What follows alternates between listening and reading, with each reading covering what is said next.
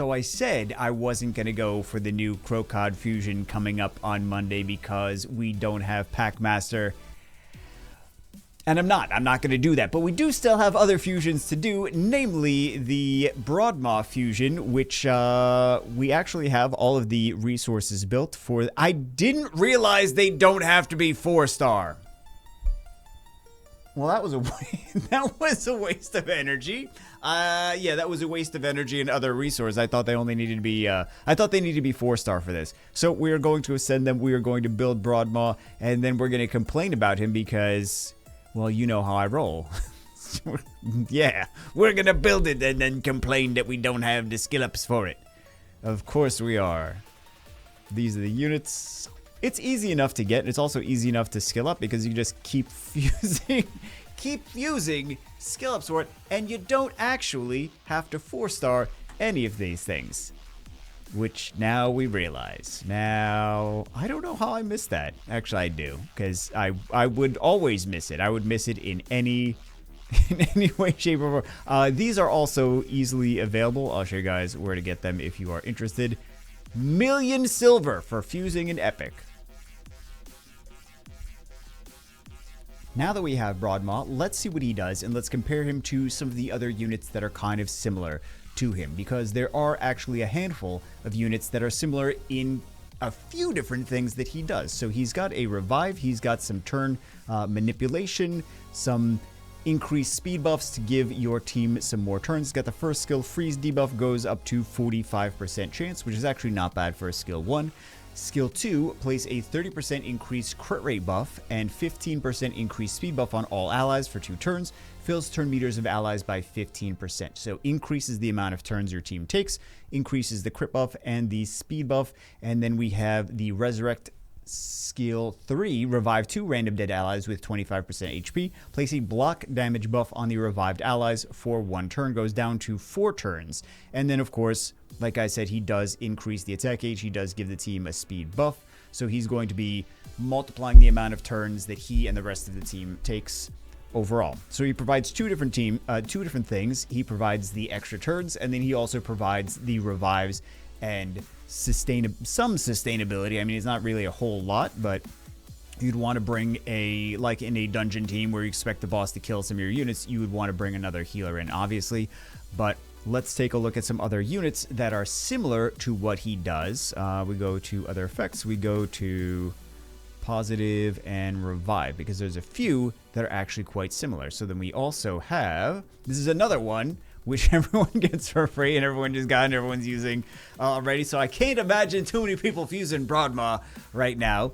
But we increase the attack gauge 15%. And then we also have this revive over here. We also have another one, Shaman. This has a increased crit rate buff for 2 turns. And then this also has a revive with a shield. So Broadmaw is already better than Shaman. Does a lot more. We have the Gorgorab, which is not a free-to-play friendly unit necessarily. I mean, it's an epic unit, so you can get it. It's not that crazy to get. But this one was a unit that everyone gets just by playing the game. This is another unit that everyone gets just by playing the game. But we have Gorgorab, which is also very similar. He has the turn meter increase and increased attack power buff. We have this one, revive any dead allies with 25% HP, then heals all allies by 25%. Heal will happen even if there are no dead allies, but he doesn't place the block damage buff. So it is similar, it is different.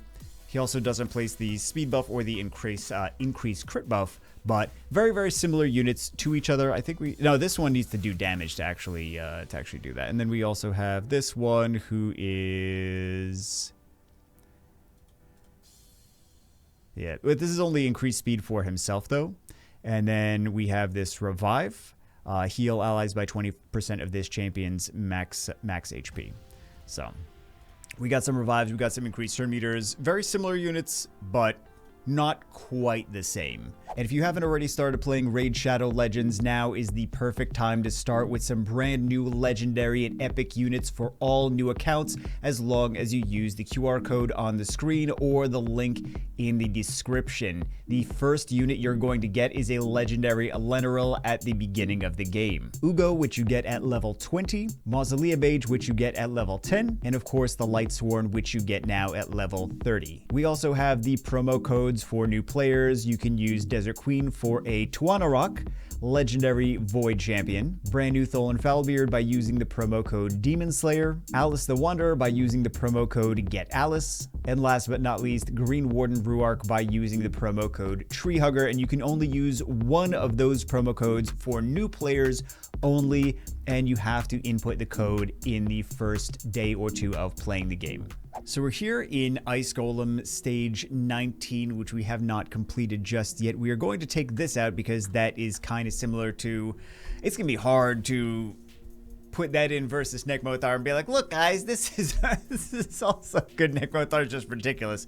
So we're going to take that out. We're going to take this one out as well. I do like that in there. Maybe we should just take... Oh my goodness, maybe we should take everything out. That seems like a ridiculous idea. I want to put this in. I think this is also going to be good. We're gonna put a lot of different stuff in here. Oh my goodness.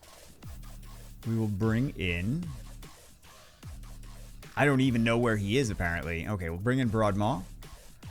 Where... This is Faction Crypts. Yeah, it's Faction Crypts. Let's do... So we have... This is going to be for waves. This is going to be for the boss. This is going to be for turn cycling. We've got the heals. Actually, we might just do... Since we have the revives here... Hopefully he doesn't die first. I mean, that would kind of suck. We got the heals here. How about that? Is that gonna be... I honestly don't know, but we're gonna see. Oh wow, he's moving third in the team. Well, I was trying to make those things fast, so I am concerned though that if he winds up dying first. And we're not gonna like, then this is pointless to have a revive. So we only have him 5-starred. We don't have him fully skilled. I wish I had the resource to 5-star and fully skill everything, but we're trying to do videos every day on all this stuff, so we do wind up depleting resources trying to build things every day. Maybe it's my fault for building Ingrid Twiststaff a few days ago. That was a nice usage of resources, and we will be using him for... Good question. For faction... everything is faction wars. Unless it is a legendary or a super premium epic, it's a... Use this for faction wars. That's just how all of it is. That's why they put faction wars in the game. Or Cursed City... Well, maybe he might be nice in Cursed City. Let's see if we can find Cursed City or some special levels in Doom Tower. But I'm waiting on the... I'm waiting to fuse more of him. Hopefully during Champion Chase events. We actually have one of those going on right now, so I'm going to... I'm going to see if we can fuse one more, at least, to get some extra points. We really don't need to do it now, though, but... Yeah, I want to see, first off, if he's going to stay alive. That's the first question. Second question is if he really does a decent amount to help the team. Although it is challenging to... I mean, like I mentioned, it's challenging to take Necmothar out and be like, this guy is also exists. I think the areas where you're resource limited, I think that's where he gets most of the value. Or gets more value, because you can't use something like... First off, I mean, that's a challenging unit to get. It's a legendary. But for things like where you're limited in the units, I think he's got some value there. But I mean, this is a fairly... Aside from Geomancer, and people are always trying to summon him anyway, so they're trying to save their summons until he's boosted. But aside from that, everything else is somewhat attainable. Sepulchre Sentinel is not really necessary in here. Geomancer's hopefully going to do some decent stuff against the boss. If I recall the boss's skills correctly. Hold on, his Geomancer's like actually terrible at this. There are a few areas where he's not really that great. Most bosses he is really great, but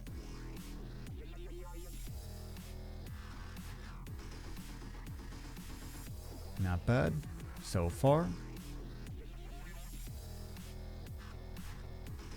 It's kind of interesting. I was doing some campaign to upgrade him, and I'm like, okay, so we're the nice thing about it is if you need to 3-star something, he's a great unit to bring along because he'll just revive all the different food units you bring along or whatever else you have, and there we go. And yeah, you don't have to worry about the 3-star because you need all of your units alive at the very end to get the 3 stars. So let's see. It's nice. We got a bunch of debuffs on the boss. We're doing some damage. We're still alive.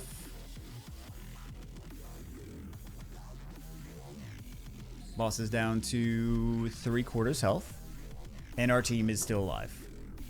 Although maybe we don't want our team to be alive here because if the team, if no one dies, we don't get to see what he can do. Oh my goodness, this is a Geomancer spotlight. Isn't everything a Geomancer spotlight? It is a Geomancer spotlight. This is a Geomancer spotlight. Okay, I figured it out, guys. I figured it out. That's actually what it is. Oh my god. Oh, lols.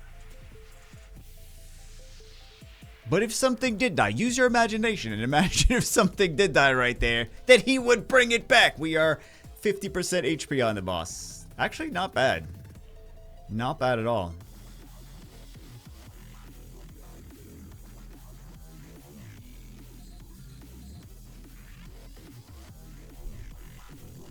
Does anything die? No, things are close. I mean, I hope that he is not the one that is close, but yeah, if he winds up dying, we're gonna have some issues. It becomes pointless. Okay. Something might die. Something might die. I just want him to seem useful. I want him to have some kind of purpose. If we wind up losing a unit. He's not doing bad, really. We're just in one of those spots where the rest of our team seems to be doing just fine without him, so. See, this is what I was afraid of. If he's 5-starred, he's the one that dies if he's not 6-starred. Well, go summon Geomancer. That's all we learned. Go summon Geomancer. So this stage in Cursed City, we can use both him and we can use Nekmothar and Broadmaw. We should build another unit for, I mean, not for this, but like the more wacky, weird things. That's one of the nice things about this, I will say, is the more wacky, weird things you want to build in Raid. There's a few places here or there to actually be able to use it. Because aside from that, we wouldn't have had, we built that sleep unit from yesterday. Not that this is really a challenging level, though. This is just like one of the easier stages in Cursed City. But if you don't have units to bring with you, you don't have units to bring with you. And he is the... Is there any other revivers on the team? I don't think so. Yeah, there's no other revivers on the team. I was looking at Petrify. I'm like, who is that? Oh, they got the revives, too. We should probably build Dark Athel. That's what we should have done. No, I don't know. I kind of want to build the things that everyone gets. But a lot of times the things that everyone gets are not the best units, you know? Like Broadmaw is a unit that everyone has access to. He's not a super premium unit. He is a unit that you can use if you don't have other stuff. So. But it is kind of rough to bring him in, especially after everyone gets Eudex Artor. And it is a unit that has a boost and a revive. He doesn't have a speed up, but he does have an attack power buff, and he does do a revive as well. So they are similar, similar-ish. Kind of sucks when nothing is dying though. I feel like we might be able to use him in I shouldn't complain. Everyone dies now. No, I feel like maybe he could be okay in Clan Boss if he was super tanky.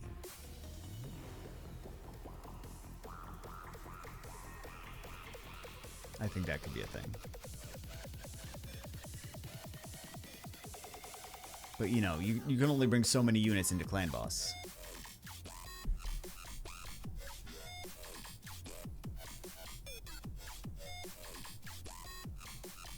And you don't need, and it's yeah. Although, I mean, if a unit is good in he's not going to be amazing in Clan Boss, but I think he can be at least somewhat valuable if he was 6-starred. Famous last words. If he was 6-starred. That's always the case. Look at all his poisons. Look at all his debuffs. Got the freeze there. A decent chance to freeze with skill 1, though. Maybe we can find a Doom Tower stage for him. There's defense break. Petrify's been doing decent.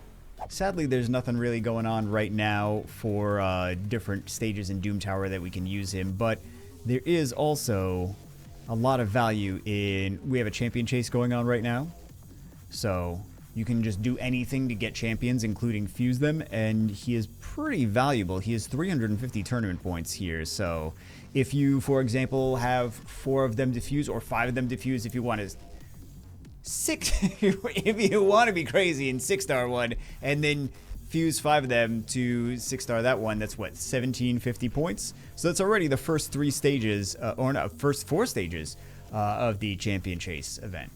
So it's food for thought. Or if you want to fuse 20 of them, well, don't do that. don't do that. That's my professional opinion on that.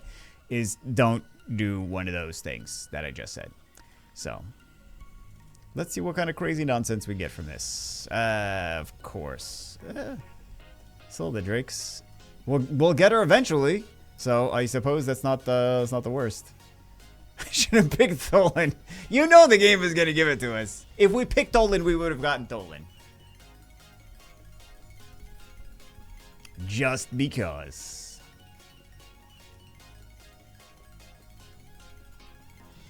We don't need any of this stuff.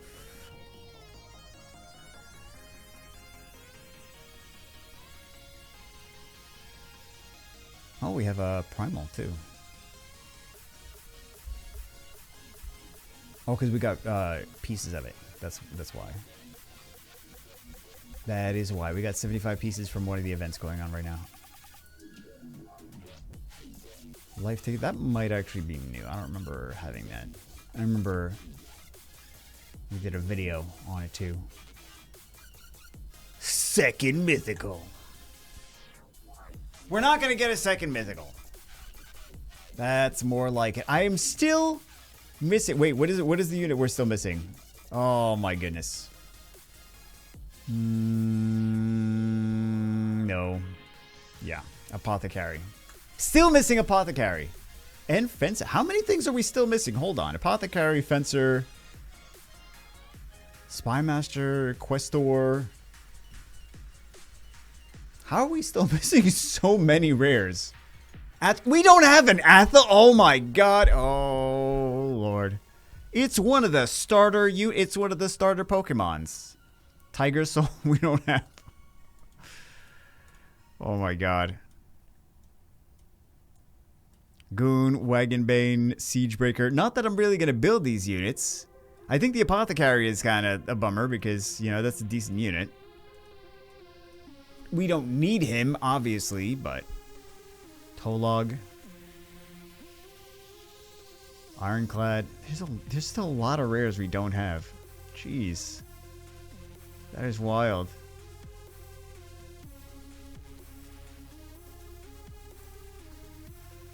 Ordinator. Paragon. Oh, a lot of people use this for so many things. Maybe not a few things. A few things. But anyway. That's it. Now I'm going to go complain some more about Broadmaw. I think we have to build the Where's the next thing we have to build? We have to build this Uugo. We have to build Uugo. We have to build Kale. Like, actually put this has not been touched since week 1.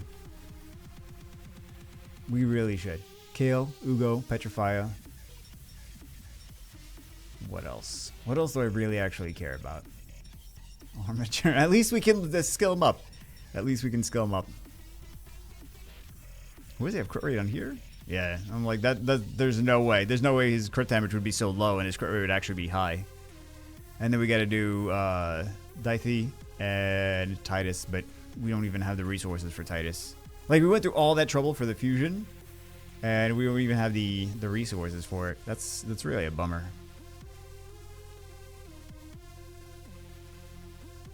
I gotta make sure I do a little bit more of that today. Because we have this open, and we don't. There's always something popping up. There's always something popping up. Although maybe just the fact that she has a better soul on her. Maybe there's just more value in that. Anyway, I'm going to go farm more of the... Clearly, I'm definitely going to use this in the... let's cut the video before I put Nekmothar back in. Anyway, that's it for this one. See you as always in the next one.